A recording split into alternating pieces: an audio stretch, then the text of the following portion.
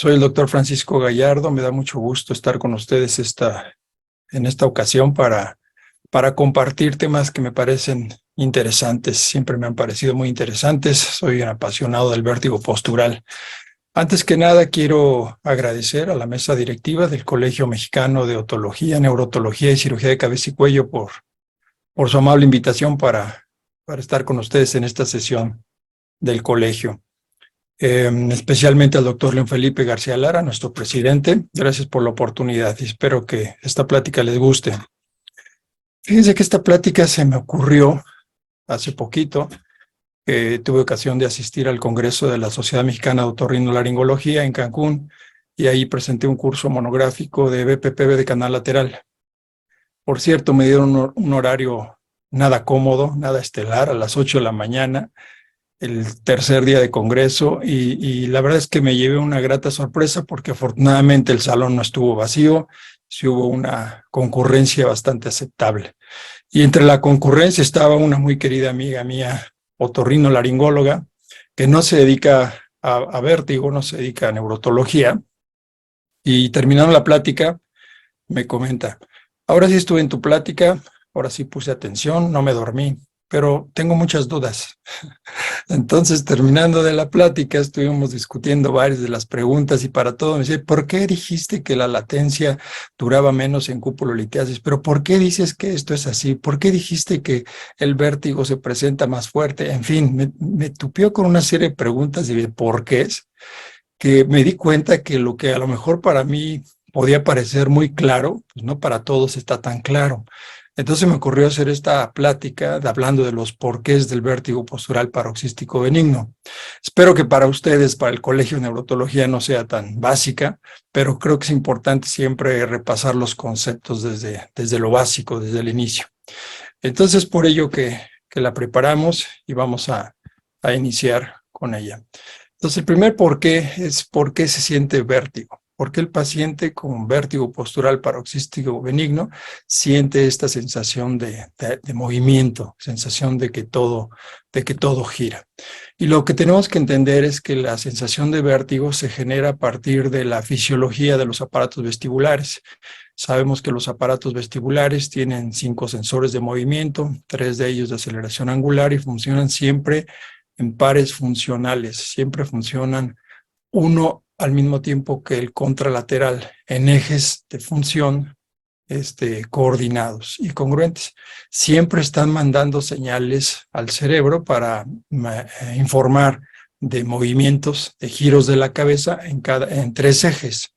Todo el tiempo están funcionando y cuando giramos la cabeza hacia un lado se excita y el otro se inhibe, y cuando es hacia el lado contrario ocurre el movimiento viceversa. Y como vemos, funcionan los laterales, el anterior de un lado con el posterior del otro y viceversa. Siempre están funcionando de esa manera. Cuando estos estímulos que están enviando estos sensores al cerebro se aumentan o se disminuyen, es decir, hay un estímulo excitatorio o inhibitorio por cualquier causa, y entre más intenso sea este estímulo, el paciente presenta la sensación de vértigo. ¿Pero qué es vértigo? Vale la pena repasar la definición que propone la Sociedad Varani en esta publicación, donde viene la clasificación de los síntomas vestibulares, y hay 2 tipos de vértigo: vértigo interno y externo. Hablando del vértigo interno, lo definen como la sensación de movimiento propio cuando no ocurre ningún movimiento, o la sensación distorsionada de movimiento propio durante un movimiento de la cabeza.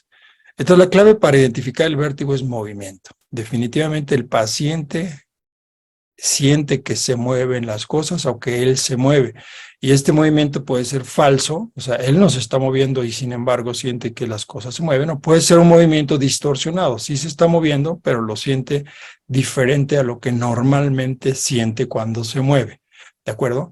Pero las cosas no son tan sencillas aquí del vértigo. El vértigo, y la propia palabra quiere decir girar, un movimiento de tipo rotatorio. Digo, no son tan sencillas porque la misma propuesta de sintomatología nos dice que aunque la mayor parte de los vértigos son de tipo rotatorio, no todos son rotatorios. Hay algunos pacientes que pueden sentir movimiento de otro tipo. y se llaman sensaciones falsas de movimiento como balanceo, oscilación, inclinación, sensación de sub y baja, de rebote o de deslizamiento. Y a esto lo conocemos como vértigo no rotatorio. Entonces, el paciente siente vértigo cuando hay un desequilibrio en la función de los dos sensores de movimiento angular en el aparato vestibular. También puede sentirlo en la parte central, en los núcleos vestibulares o en partes más rostrales. Pero en esta ocasión vamos a hablar de lo periférico porque es el vértigo postural. Y entonces, ¿de qué depende que el paciente sienta realmente vértigo de tipo rotatorio o giro? Depende de varios factores, pero uno de los más importantes es algo que se conoce como umbral de tolerancia al desplazamiento retiniano. Este umbral de tolerancia a los movimientos está determinado por la fase lenta del nistagmo y en general, cuando la velocidad rebasa los 5 grados por segundo, es muy probable que el paciente efectivamente sienta el vértigo clásico, el vértigo que nos gusta ver más, que lo describe muy fácil el paciente y que lo confirmamos con la identificación del signo clínico nistagmo, ¿no? Pero cuando el movimiento del nistagmo es más suave, menos intenso, menos agudo, menos paroxístico, entonces puede ser que el paciente no sienta realmente esta alucinación de movimiento rotatorio. Sí siente los movimientos, las sensaciones que acabamos de describir, y es cuando hablamos de las equivalencias de vértigo no rotatorio. Esa es una explicación de por qué siente el paciente vértigo. Entre más imbalance o desequilibrio exista entre los dos sensores, más fácil es que el paciente tenga esta sensación. Y específicamente en el vértigo postural paroxístico benigno, la intensidad del vértigo depende ¿de qué? De cuántas partículas se dislocaron y entraron desde el utrículo hacia algunos de los canales, de qué tan aglomeradas o dispersas están. Entre más compactas y aglomeradas van a generar un estímulo, una corriente endolinfática más fuerte y un vértigo más intenso, de la velocidad a la que se desplazan dentro del canal, hablando de la canalolitiasis, que es la más frecuente, y también de la cercanía al sensor de movimiento. Entre más cercanas estén las partículas de la cúpula, más intenso se presentará, o se sentirá el vértigo. Y ahorita vamos a hablar un poco más de esto, de que cuando estén más cercas al sensor. Entonces, por eso siente el paciente vértigo, por estas funciones perturbadas o alteradas por estímulos excitatorios o inhibitorios por partículas dislocadas. ¿Por qué es postural? Bueno, primero conviene hablar, y esto también en la misma publicación lo presenta, hay un párrafo pequeño que habla de la terminología. ¿Qué quiere decir postural o posicional? Posicional quiere decir perteneciente o relativo a la posición. ¿Y qué es la posición? La posición es la postura, actitud o modo en que alguien está puesto. Y postural, perteneciente o relativo a la postura, y postura es el modo en que está puesto alguien o una parte de su cuerpo. O sea, para efectos prácticos es sinónimo, ¿no? Son sinónimos posicional que postural. Y lo comento porque en alguna ocasión me acuerdo que me decían, oye, pero ¿es un posicional o un postural? Pues, ¿cuál es la diferencia? O sea, no, es que el posicional puede ser central y el postural. No, la verdad es que son sinónimos y los dos se aceptan y se usan.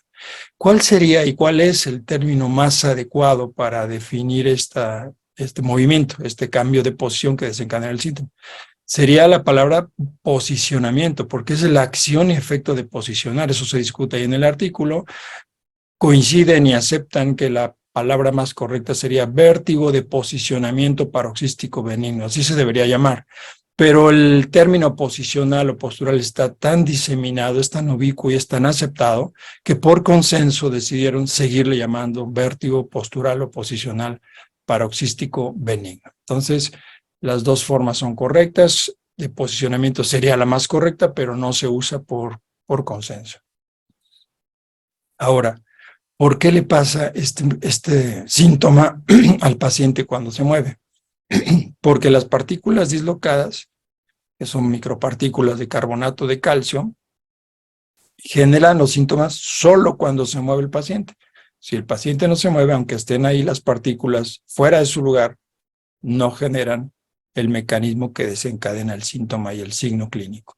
Es decir, el vértigo postural podríamos decir que es una especie de problema mecánico del oído interno, en donde se desplazaron las partículas y generan la sintomatología.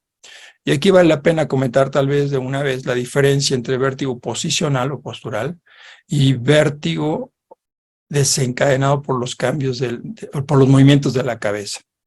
¿Cuál es la diferencia?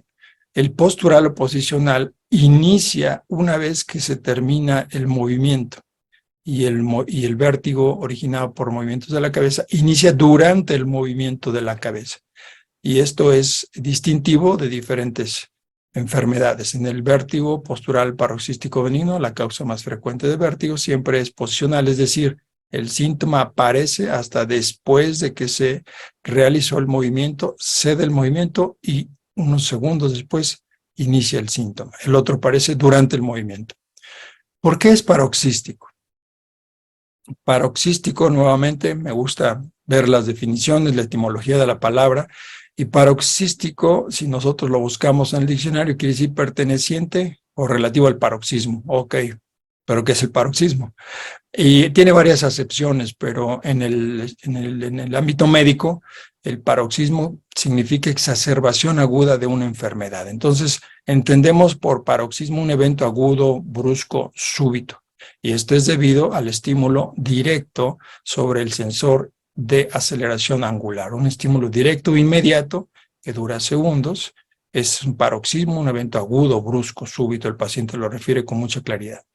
Pero en el BPPV este paroxismo además tiene otro contexto y es un contexto de la velocidad o la intensidad con la que los pacientes sienten el vértigo. Y esto tiene que ver con otra de las características que en la mayoría de los casos sí podemos identificar, que el movimiento nistágmico es increciendo decreciendo. ¿Y por qué es así este movimiento? Agudo, brusco y además increciendo decreciendo, como les digo en la mayoría de las veces, que son las canalolitiasis, porque las partículas se desplazan a diferente velocidad, están libres dentro del canal y su velocidad es variable. Primero empiezan a desplazarse lentamente, dependiendo de la posición del canal en la verticalidad y por el efecto de la gravedad, llega un momento en que alcanzan una aceleración máxima, ahí es donde el estímulo es más intenso y por lo tanto el vértigo es más fuerte, el nistagmo más franco, más evidente, y luego nuevamente disminuye porque van sedimentándose, van disminuyendo el movimiento, disminuye la aceleración o la velocidad y obviamente se detiene. Entonces, por eso es este fenómeno de increciendo, decreciendo. Imagínense las partículas desplazándose de dentro del canal. ¿Por qué es benigno? ¿Por qué llamamos a este vértigo benigno? Muy bien, pues, en primer lugar, porque la enfermedad no pone en peligro la vida. Nadie se va a morir de vértigo postural paroxístico benigno.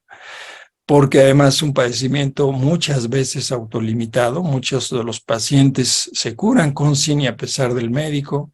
Las complicaciones son raras, el tratamiento es fácil, el diagnóstico es 100% clínico y altamente efectivo. Y aquí les comento otra anécdota con un compañero que se acerca y me dice, oye, ¿tú qué opinas de tratar a los pacientes? Fíjate que yo veo muchos pacientes con BPPV, pero como lo has dicho, se curan solitos. En realidad yo no les hago maniobras, yo nada más les explico, les digo que se sigan moviendo y les doy un medicamento para que sientan menos el vértigo, un frenador laberíntico o algún medicamento que disminuya la sintomatología. Le digo, bueno, pues es válido, también podría hacerse, pero eso es lo que hace el boticario, eso es lo que hacen en la farmacia Simi. Y la verdad no me parece ético que vaya un paciente a ver a un otorrino y le dé un tratamiento sintomático y no de un tratamiento etiológico conociendo la enfermedad, conociendo la causa y sabiendo que hay un tratamiento inmediato con una maniobra. Entonces, sí, a pesar de que es autolimitado muchas veces, de que es benigno, de que se cura solo, pues el paciente va a vernos para que le ayudemos a que esté bien y para que no tenga complicaciones. Una de las complicaciones del BPPV, sobre todo en pacientes con cierto perfil emocional, es el 3PD, o sea, el mareo postural perceptual persistente, que puede iniciar a partir de un vértigo postural paroxístico benigno. Y si no informamos bien a nuestro paciente, no le explicamos, si no lo tranquilizamos y lo curamos, pues pueden presentarse ese tipo de complicaciones, entre otras. Y el mejor contraste que les puedo poner de por qué es benigno es porque efectivamente todos sabemos que hay vértigos posicionales, también en cierta manera paroxísticos, pero de origen central. Y afortunadamente tienen otras características del nistagmo, de la latencia, de la duración, etcétera, etcétera, de la sintomatología que refiere el paciente.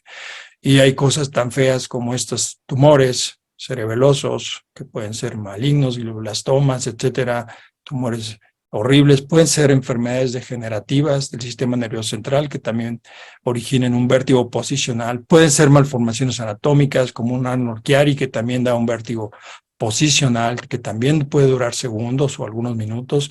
Ya comenté que hay diferencias muy claras, bueno, la mayoría de veces muy claras para tratar de identificarlos. Entonces, siempre cuando pensamos que hay o identificamos un vértigo posicional, pero tiene ciertas cuestiones no clásicas, no típicas que se salen de lo normal, se justifica un estudio de imagen para estar bien seguros de que no hay otra cosa. Ahora, ¿por qué tiene latencia el BPPV? Bueno, tiene latencia porque el estímulo inicia hasta que las partículas migran con el movimiento. Eso es muy lógico y fácil de entender. Entre más lejanas estén las partículas del sensor, más latencia habrá. Y es el caso de la canalolitiasis. ¿Cuál es el sensor? Pues obviamente la cúpula que está dentro del ámpulo, del ámpula, con las células ciliadas, sus estereocilios y su quinocilio. Entre más cercanas estén las partículas al sensor, habrá menos latencia. Y si están adheridas, como en la cúpula litiasis, pues por supuesto, el estímulo que genera es inmediato a partir de que se adopta la postura. ¿Por qué dura segundos? Y es una gran ventaja para identificar qué es lo que tiene nuestro paciente. Dura segundos porque son segundos el tiempo que tardan las partículas en desplazarse en el canal, donde están libres y donde no deberían estar. Habitualmente el paciente, al sentir la crisis de vértigo, se queda quieto o se voltea hacia el otro lado y se queda inmóvil. Entonces, entre más rápido se quede inmóvil, las partículas se sedimentan, dejan de moverse, dejan de estimular y se quita el vértigo. Entonces dura segundos. En casos de cupulolitiasis, el estímulo sí puede durar un poco más de un minuto, pero nunca varios minutos. Si tenemos un vértigo posicional que dura varios minutos, más de 2 minutos, debemos pensar en otra cosa, específicamente en algo central, ¿no? O algún BPPV complicado de canales múltiples, etcétera, etcétera, ¿no? ¿Por qué es reversible? Porque cuando yo acuesto a mi paciente veo que el nistagmo es hacia arriba, cuando levanto es hacia abajo y torsional. Porque cuando gira la cabeza hacia la derecha el nistagmo es a la izquierda y cuando gira la cabeza a la izquierda el nistagmo es a la derecha. O sea, se invierte, se revierte. Bueno, esto es porque afortunadamente los sensores de aceleración angular en el oído interno siguen leyes, tienen respuestas constantes. Y esto está descrito desde hace muchos años, son las famosas leyes de Ewald, y eso nos facilita la vida, o sea, porque con estas leyes sabemos que ciertas respuestas nistágmicas solo pueden presentarse por estímulo de cierto sensor en tal canal. Entonces, la primera ley de Ewald nos dice que las respuestas musculares nistágmicas tienen la misma dirección que la corriente endolinfática que las provoca. O sea, estímulos en canales verticales me van a dar nistagmos verticales. Verticales mixtos, es decir, con un componente torsional. Ahorita lo vamos a comentar, la razón. Porque cada canal está conectado a un par de músculos. Entonces, estos músculos se contraen y se relajan y generan ese nistagmo característico. La segunda y la tercera ley de Ewald nos dicen que en el canal semicircular externo, las corrientes que se acercan excitan y las que se alejan inhiben. Y en los verticales es al revés.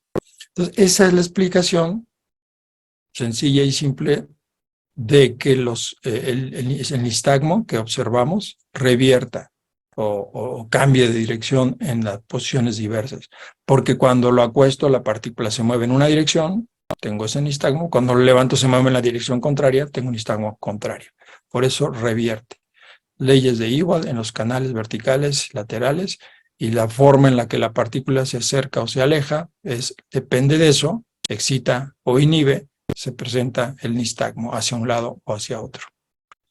¿Por qué se fatiga? ¿Por qué es fatigable? Porque si el paciente tolera y repetimos la maniobra o hacemos una maniobra ya terapéutica, vemos que el nistagmo puede ser cada vez menos intenso. ¿Por qué? Bueno, por tres razones. Primero, porque los estímulos periféricos presentan habituación y respuestas menos intensas con cada nuevo estímulo.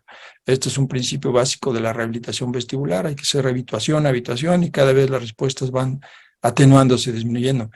Pero también porque las partículas se dispersan cada vez con los movimientos. Decíamos hace rato que entre más compactas, entre más unidas estén, más fuerte el estímulo de la corriente endolinfática anómala que generan. Si se dispersan, el estímulo es menos fuerte. Y también se ha postulado, está publicado, está, bueno, referenciado que las partículas desprendidas se pueden disolver en la endolinfia. Y eso sería, digamos, el principio que explicaría por qué ciertos ejercicios, no maniobras, sino ejercicios repetitivos, específicamente Brandarov, que no decanta las partículas, el movimiento del Brandarov hacia un lado y hacia otro no permite que las partículas regresen al utrículo. Y sin embargo, muchos pacientes sí se curan con puro Brandarov. Entonces, se postula que ese movimiento repetitivo hace que las partículas lleguen a diluirse, estos microcristales de carbonato de calcio, y por lo tanto se disuelven y dejan de provocar estos estímulos anómalos. ¿Por qué es más frecuente el BPPV de canal semicircular posterior? Y esto pues es una razón anatómica muy fácil de entender, porque tanto en la posición de pie como en la posición de cúbito, la parte más baja, más inferior, más declive del oído interno es el canal semicircular posterior o inferior. Entonces las partículas pueden desprenderse de la mácula utricular, seguir en el utrículo y muchas veces en la noche se van desplazando hacia la entrada más cercana, más próxima o más fácil, que es la del canal semicircular posterior.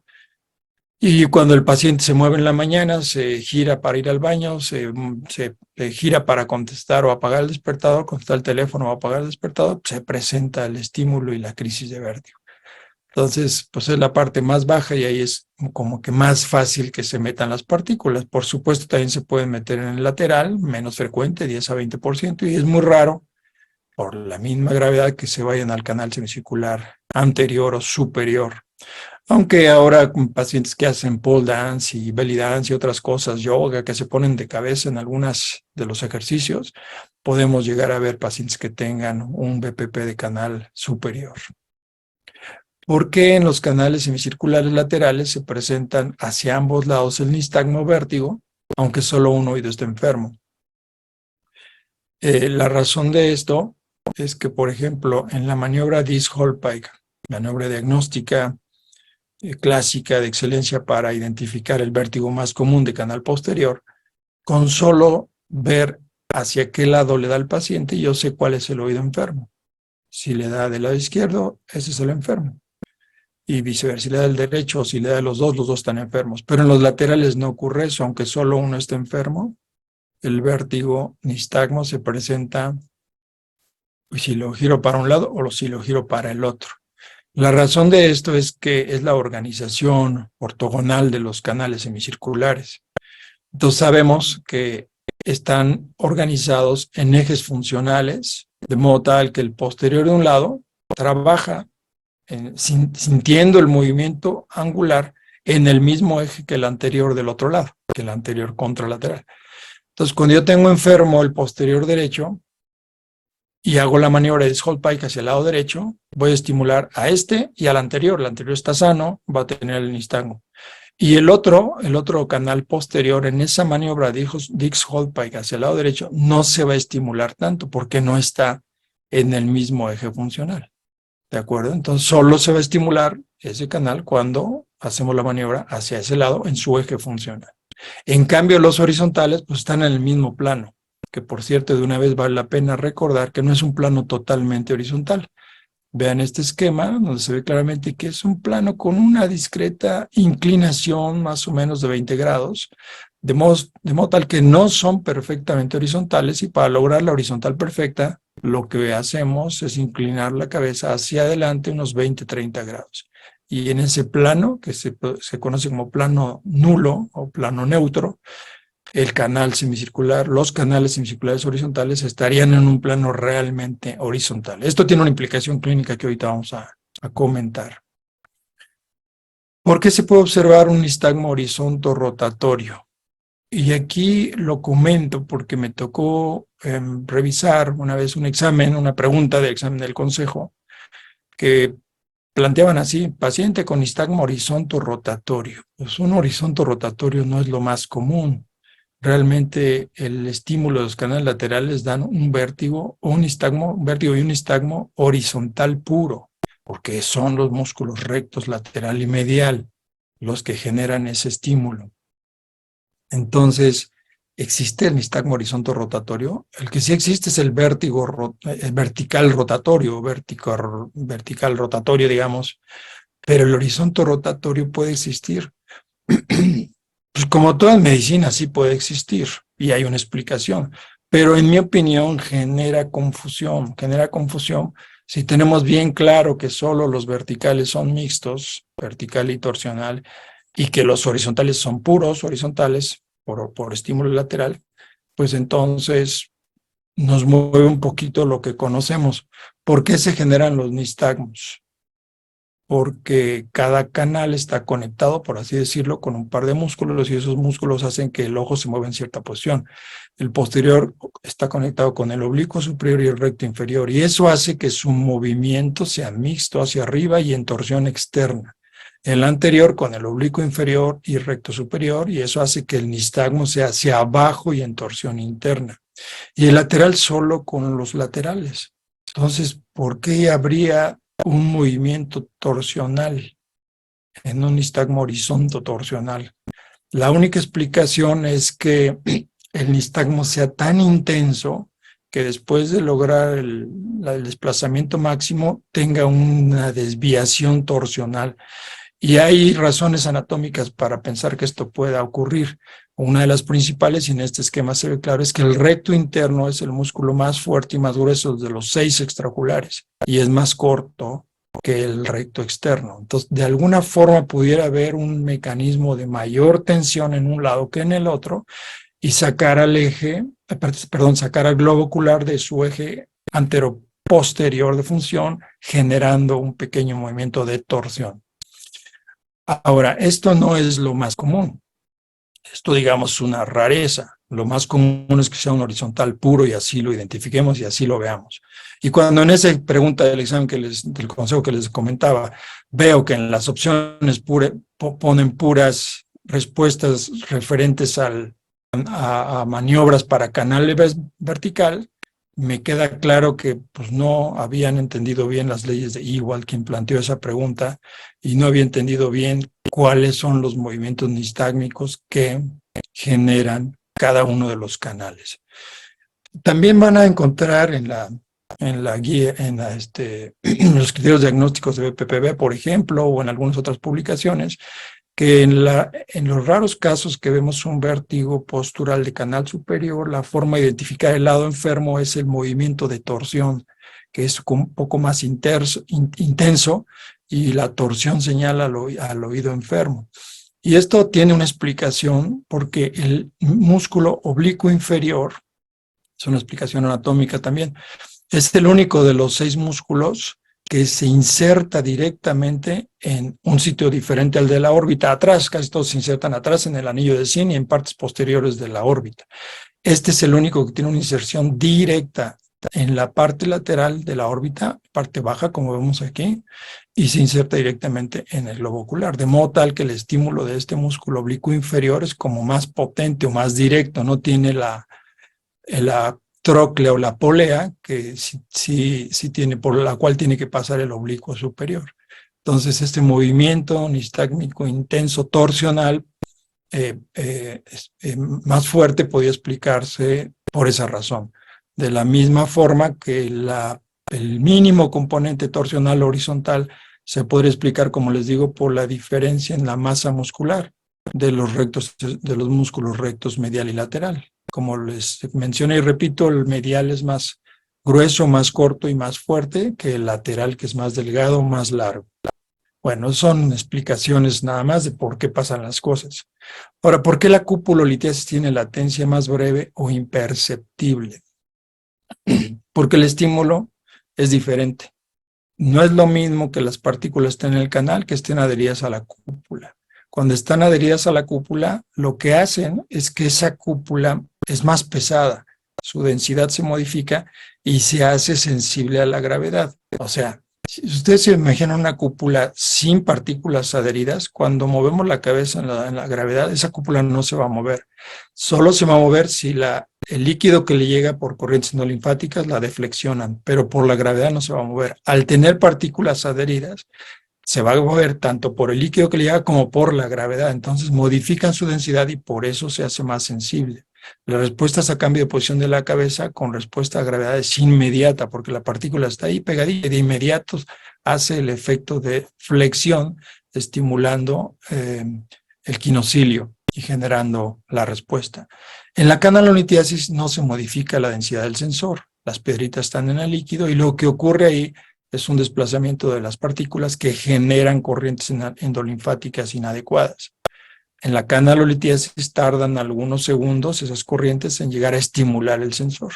Entonces es la razón por la cual en las cupulolitiasis puede no haber una latencia clara o ser una latencia muy breve. ¿Y eso qué implicación tiene? Que podemos pensar que es algo de origen central. Es justo una de las diferencias de central a periférico. El periférico tiene latencia, el central habitualmente no tiene latencia.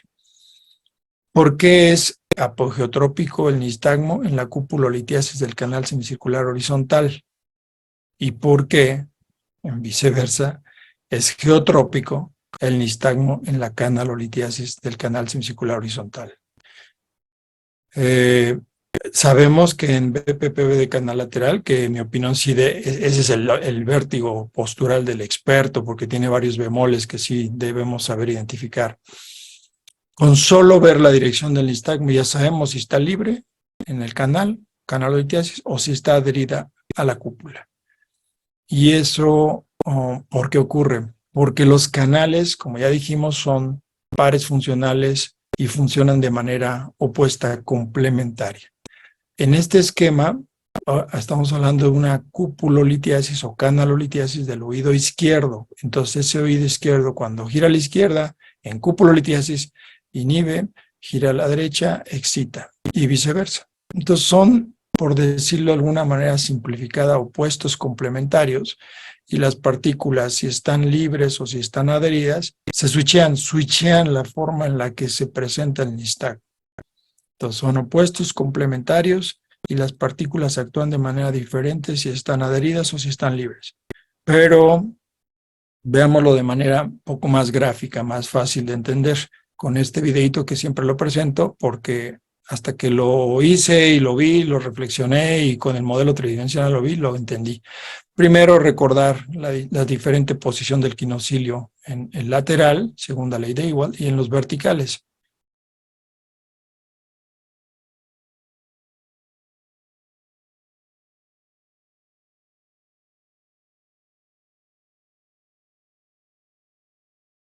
Giramos la cabeza hacia el lado derecho, el contrario al enfermo. Las partículas, como vieron, se alejan. Al alejarse, genera un estímulo inhibitorio. Y entonces los ojos se van a ir lejos del estímulo inhibitorio y se van a ir hacia el otro lado. Esta es una analogía con las pruebas térmicas. Al oído le gusta el calorcito, el nistagmo se va para el calor y huye del frío. Entonces, el estímulo aquí era frío, inhibitorio, los ojos se van a ir hacia el otro lado y por lo tanto, como tiene la cabeza girada hacia ese lado, es geotrópico. Cuando gira su cabeza con canalolitiasis, partículas sueltas, no dejen de ver este canal, hacia el lado enfermo, las partículas, como ven, se acercan, ampulípeta excitatoria, calor, frío. Entonces el estímulo excitatorio está de este lado y hacia este lado se van los ojos. Como giró la cabeza, pues pueden ver que el nistagmo sigue siendo geotrópico. Entonces, geotrópico igual canalolitiasis, por esta razón. por esta simple y sencilla razón de que es la forma en la que estimula. El otro oído está sano, no quiere decir que aquí hay un estímulo inhibitorio. Los estímulos se generan solo en el oído enfermo, pero son inhibitorios, se van los ojos lejos de ese oído, o excitatorios, se van los ojos hacia ese oído. Ahora, olvídense de la canalolitiasis y vean lo que ocurre con la cupulolitiasis. Las partículas están adheridas, giramos la cabeza igual primero a la derecha, entonces por gravedad, el efecto de estas partículas en la cúpula es de acercamiento, un pulípeta, es excitatorio. Los ojos se van a ir hacia ese lado, pero como tiene volteada la cabeza hacia el lado izquierdo, es un nistagmo apogeotrópico, se aleja de la Tierra. ¿Se switchó? Se cambió la forma en la que se estimulan simplemente por el hecho de estar adheridas a ese sensor. Giramos la cabeza ahora para el otro lado en cupulolitiasis, vean aquí las partículas, y por gravedad, ¿qué va a pasar? Van a tender a quererse despegar, quererse desprender y quererse desplazar hacia abajo, y ese estímulo que se aleja del sensor en el lateral es inhibitorio, por lo tanto los ojos se van a ir a alejar de ese estímulo y se van a ir hacia el otro lado. Como tiene la cabeza girada hacia el lado derecho, entonces también va a ser apogeotrópico. Entonces, creo que viéndolo así, ya vimos son opuestos complementarios y el estímulo se switchea, se cambia positivo o negativo, cuando están sueltas o cuando están adheridas, por la forma en la que estimulan al sensor. Ahora, ¿por qué se puede confundir un vértigo postural paroxístico benigno con uno maligno o de origen central? Por varias razones, pero no todos. Específicamente el que nos crea un poco de conflicto diagnóstico es el BPPV por cupulolitiasis, y más específicamente cupulolitiasis en la superficie utricular de la cúpula. El BPPV de canal lateral, como les decía, tiene particularidades y creo que aquí sí los expertos o los que les guste mucho van aprendiendo, vamos aprendiendo cada vez más cosas y las vamos viendo y da mucho gusto cuando lo identificamos. Ah, sí es cierto, mira, sí es verdad lo que dicen. Tiene varias formas de que las partículas se meten al canal y tiene por lo tanto lo que llamamos equivalentes funcionales o variables funcionales. Uno de ellos es el canalolitiasis de brazo posterior, canalolitiasis de brazo anterior, que a pesar de que es canalolitiasis se comporta, o sea, da nistagmos como de cupulolitiasis. La cupulolitiasis en la superficie queda hacia el canal y la cupulolitiasis, las partículas adheridas en la superficie queda hacia el utrículo. Entonces, podemos pensar que un paciente tiene un nistagmo de origen central, un nistagmo posicional de origen central, porque la latencia es imperceptible. O sea, lo acosté y de inmediato se disparó. Ah, caray, no tiene latencia. Me han dicho que cuando no hay latencia, central, hasta descartar, hasta demostrar lo contrario. Porque el nistagmo observado puede aparecer de manera espontánea. Y eso tiene que ver con lo que hablábamos hace rato en en BPPV de canal horizontal, que el canal no está en un plano realmente horizontal, está inclinado 30 grados. Entonces, aunque el paciente no se mueva, si las partículas están sueltas en el canal, pueden desplazarse y generar un nistagmo que para mí, que lo estoy viendo, es espontáneo porque no hay ningún estímulo, está sentadito el paciente y de pronto los ojos se movieron. Entonces, ese nistagmo pseudo espontáneo, bueno, es espontáneo porque no hay movimiento, pero se explica por la inclinación del canal, se va a repetir moviendo la cabeza del paciente hacia adelante y hacia atrás, pero si logramos colocar la cabeza en el punto nulo, que es inclinándola hacia adelante 20-30 grados, se va a parar. Entonces las partículas sueltas en el canal, en ese momento ya no se desplazan y el nistagmo espontáneo aparentemente desaparece. Entonces, un nistagmo espontáneo no es clásico de BPPV y también nos puede hacer pensar en algo central. Y la otra cosa por la que podemos pensar en algo central es porque, particularmente en cupulolitiasis, cuando están adheridas, pueden no responder de manera rápida a las maniobras. O puede ser que si hacemos una maniobra inadecuada, nosotros mismos transformemos una cúpula en canal.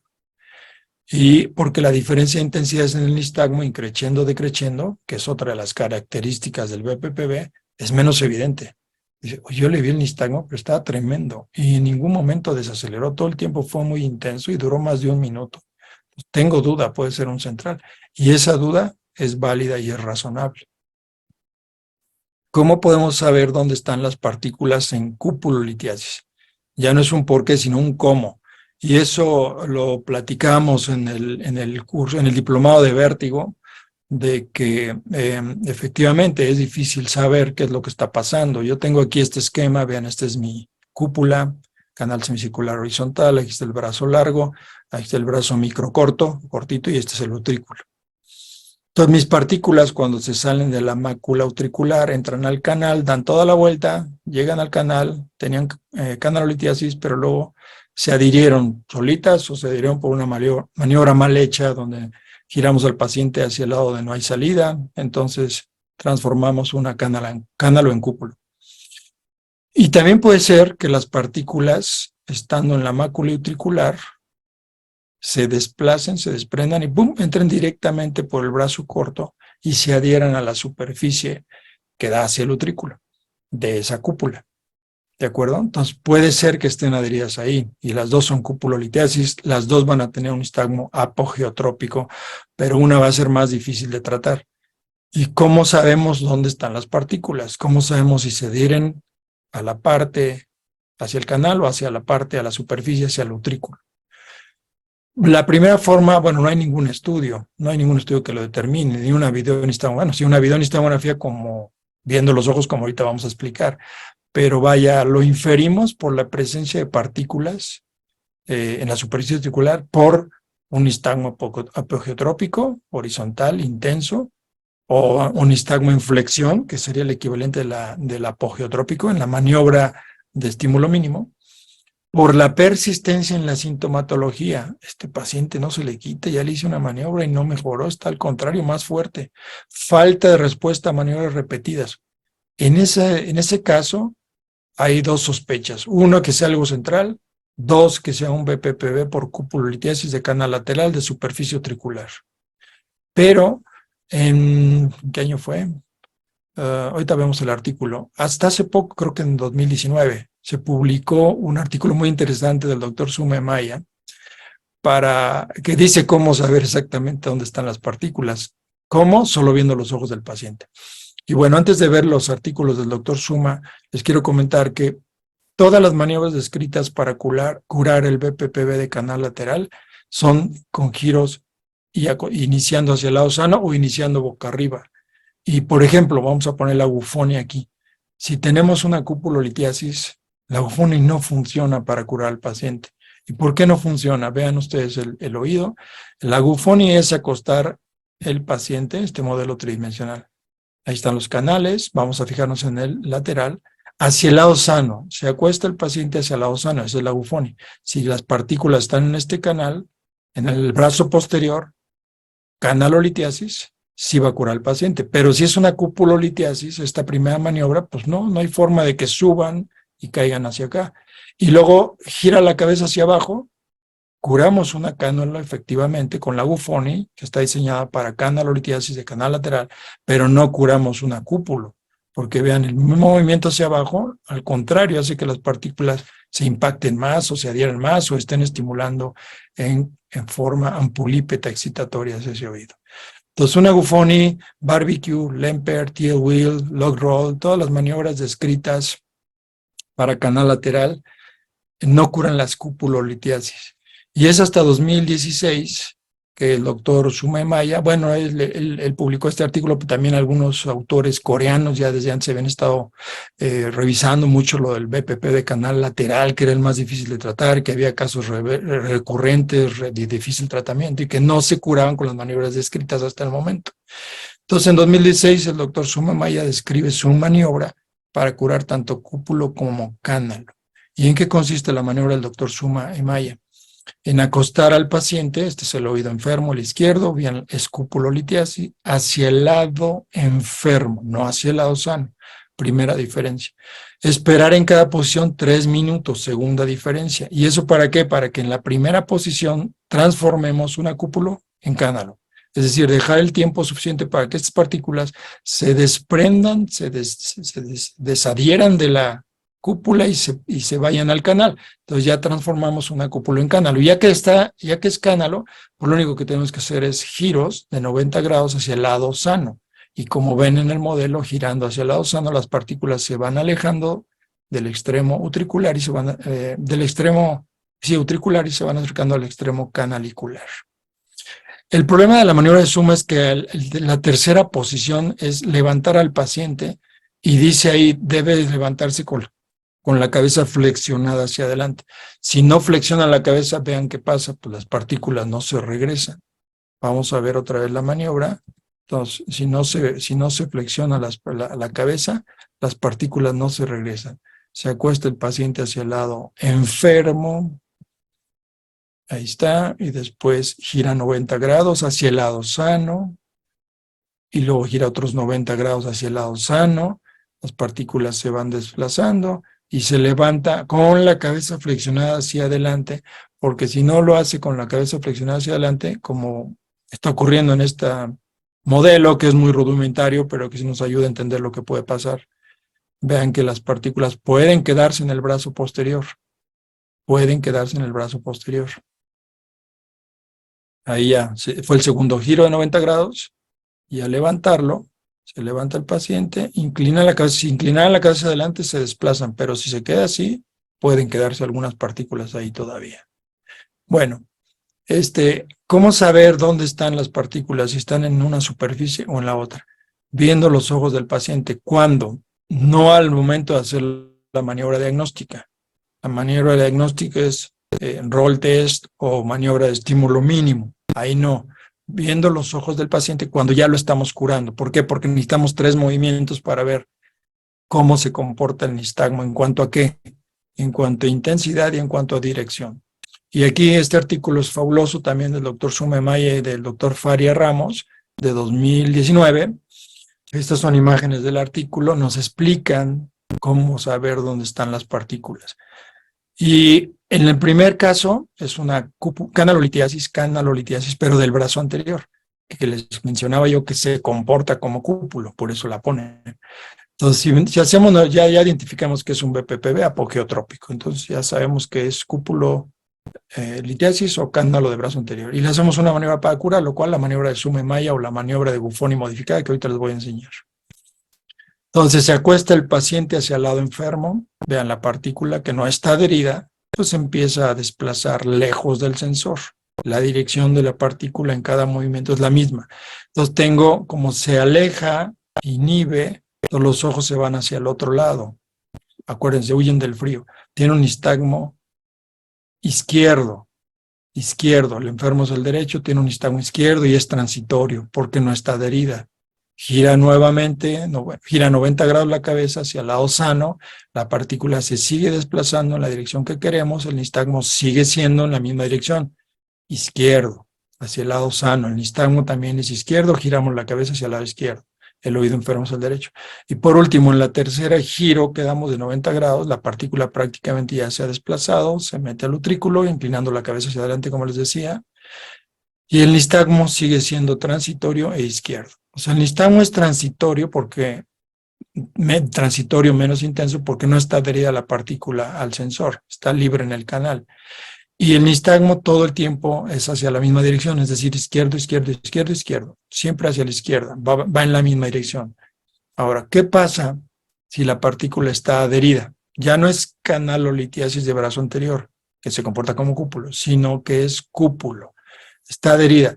Al estar adherida ya decimos que cambia la densidad, la respuesta es inmediata y el nistagmo es más intenso. Entonces, en la primera posición de esta misma maniobra de Sumemaya, acostando al paciente hacia el lado enfermo, tenemos un nistagmo apogeotrópico, es decir, gira hacia lejos de la tierra porque está acostado al lado derecho, y es muy persistente, es muy intenso, es muy duradero, más de 1 minuto, porque está adherida a la piedrita. Por eso la maniobra dice mínimo 3 minutos en esta primera posición. Ya después de 3 minutos se desprende la partícula, se cambia de cúpulo a cánalo y hacemos el primer giro de 90 grados. En ese giro, la partícula va desplazándose en el mismo sentido que estimulaba el sensor en el primer movimiento y es un nistagmo transitorio. ¿Por qué es transitorio? Porque ya se desprendió. Si está adherido dura más y es más intenso. Si se desprende es más rápido y dura menos. Y en el tercer giro la partícula ya igual es transitorio y igual sigue el nistagmo en la misma dirección, es decir, hacia el lado sano. En este caso, oído enfermo derecho hacia la izquierda. Primer movimiento, persistente hacia la izquierda. Segundo movimiento, transitorio hacia la izquierda. Tercer movimiento, transitorio hacia la izquierda. Y la cupulolitiasis es difícil. Esta es la tercera posibilidad, que la partícula esté adherida en la superficie utricular. Primer movimiento, nistagmo intenso, persistente, dura más de 1 minuto hacia el lado sano. ¿Por qué?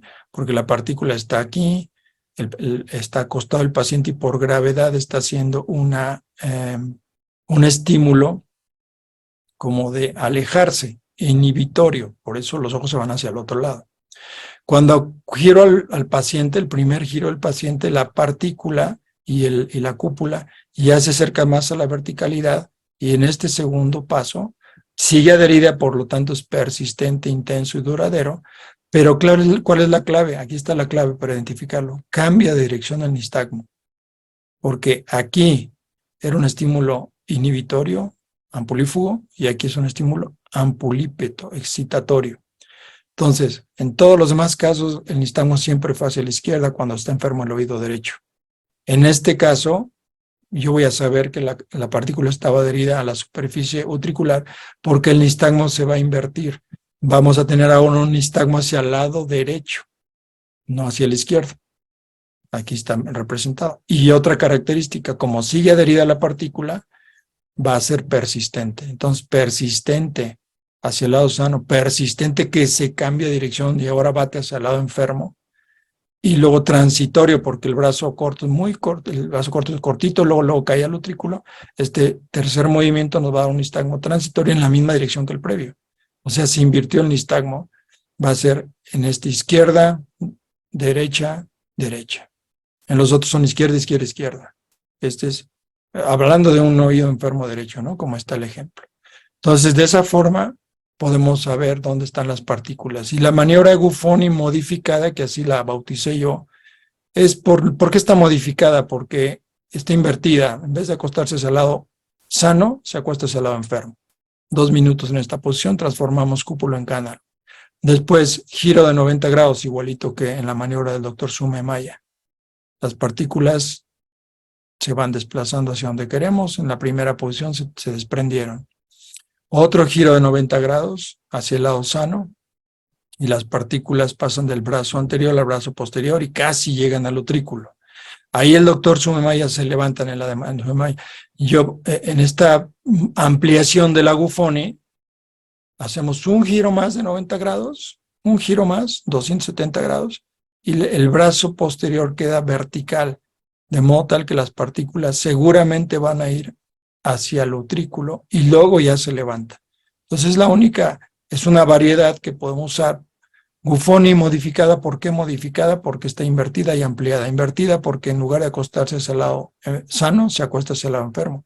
Y ampliada porque en lugar de dar solo un giro hacia el lado sano, da 3 giros más. 1, 2, 3, 90 grados hacia el lado enfermo y cada giro 2 minutos hay que esperarnos. Entonces, en resumen, ¿dónde están las partículas? Brazo anterior va a ser transitorio y no cambia de dirección. Siempre hacia la izquierda si el enfermo es el derecho, siempre a la derecha si el enfermo es el izquierdo. Cupulolitiasis canalicular, superficie canalicular, persistente en el primer giro, transitorio en los 2 giros subsiguientes y no cambia de dirección. Estamos siempre hacia la izquierda cuando está enfermo el derecho, siempre a la derecha cuando está enfermo el izquierdo. Y en la cupulolitiasis difícil de superficie utricular, persistente en las 2 primeras posiciones y en la segunda posición, aparte de ser persistente, cambia de dirección el nistagmo. Y en la tercera sigue con esa misma dirección y es transitorio muy breve porque ya está muy cerquita y el utrículo. Bueno, espero que haya sido claro con esto, yo lo entiendo bien, luego me salen los porqués. Y bueno, un último porqué, que es muy importante, ¿no? ¿Por qué se dislocan las partículas?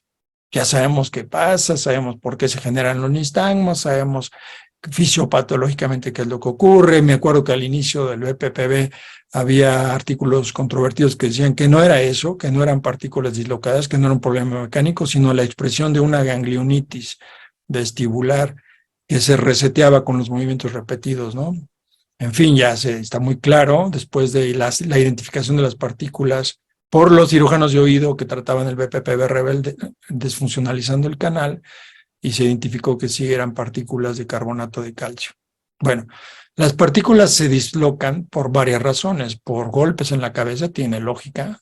Por cirugía de oído, tiene lógica.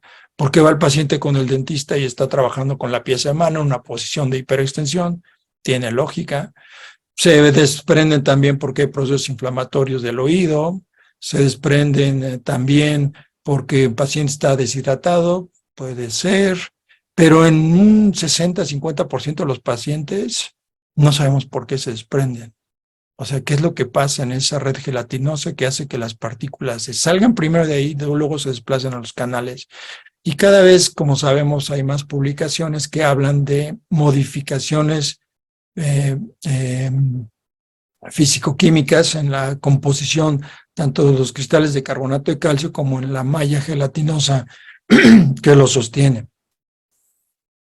Hay muchas publicaciones, perdón, aquí nada más les voy a poner 3, que son recientes y que son revisiones sistemáticas de la literatura y metaanálisis en relación a los trastornos del metabolismo del calcio y la vitamina D. Esta revisión de 2018, lo que concluyen, para no cansarlos, es que se detectaron niveles séricos de vitamina D ligeramente disminuidos en los pacientes con BPPV comparado con el grupo control, que eran sanos. Sin embargo, no se pudo establecer una relación causa-efecto entre estos niveles ligeramente disminuidos de los que sí tenían BPPV con los que no tenían BPPV. Y también concluyen que en los pacientes, aquí sí es muy interesante y esto lo vemos todos y es lo que norma mi conducta cuando veo un BPPV recurrente. En los pacientes con BPPV recurrente, en el grupo de pacientes que ya tenían varias veces este BPPV, se demostró un nivel significativamente inferior de vitamina D en comparación con el grupo de pacientes que también tenían BPPV, pero no era recurrente, solo habían tenido una crisis. Primer dato importante, interesante, que es consistente en varias publicaciones. Esta otra publicación de 2021, igual, relación del metabolismo del hueso con BPPV, revisión sistemática, y aquí dicen que existe evidencia débil para respaldar la relación de BPPV y la osteoporosis o niveles séricos bajos de 25-hidroxicalciferol, vitamina D, ¿no? Se necesita más estudios prospectivos con metodologías más sólidas para aclarar la asociación entre BPPV y los trastornos del metabolismo óseo. Esto también concluye Cochrane. Y un último de 2022 del grupo de neurotólogos de Colombia, en donde aquí agregan la hipoacusia, curiosamente, y solo hacen revisión sistemática y un metaanálisis de los artículos publicados, de los trabajos publicados, y concluyen que los sujetos menores de 65 años con osteoporosis tienen mayores probabilidades de pérdida auditiva y BPPV, pérdida auditiva, en comparación con los controles. Estas condiciones podrían estar asociadas con cambios morfológicos tempranos en el hueso temporal. Y bueno, pues es básicamente lo que quería comentarles de los porqués del BPPV. Este último porqué todavía no está completamente dilucidado, pero pues es muy interesante y quedo totalmente a su disposición por si hay alguna pregunta, algún comentario. Me gustaría mucho que lo discutamos porque también, como les digo, yo siempre aprendo de las pláticas que doy, de las actividades académicas donde participo, porque siempre salen dudas, y luego digo, oye, sí es cierto, ¿y eso por qué? Y bueno, ya tratamos de ir a buscar, leer o tratar de revisar el modelo y aclarar las dudas. Muy amables, muchas gracias. Quedo a sus órdenes.